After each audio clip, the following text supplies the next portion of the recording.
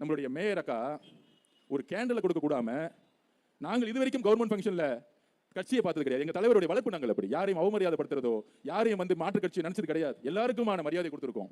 ஆனா ஒரு சாதாரண ஒரு கவர்மெண்ட் ஃபங்க்ஷன்ல புரோட்டோகால் படி சட்டமன்ற உறுப்பினர் மேயருக்கு அப்புறம் இருக்க வேண்டியது ஒரு கேண்டில் கூட கொடுக்காம, மேயருங்கிற ஒரு அகங்காரம் இருக்குல்ல, அந்த அகங்காரம் எங்க வந்தா திமுகங்கிற ஒரு அகங்காரம் இருக்குல்ல, அந்த அகங்காரம் எங்க வந்துச்சுன்னா வேறப்பால் ஒருத்தர் முதலமைச்சரா உருவாக்கினாங்கல்ல திரு மு க ஸ்டாலின் தன்னுடைய இளவரசர் உதயநிதி கொடுக்கக்கூடிய அந்த வழிகாட்டுதல் இருக்குல்ல, அந்த துமுறு இருக்குல்ல, இன்னொரு ஆளுங்கட்சி நினைக்கக்கூடிய துமுறு இருக்குல்ல, அந்த திமுறை உடைக்கிறதுக்கு நாங்க திருப்பி வேலை செஞ்சுக்கிட்டே இருப்போம்.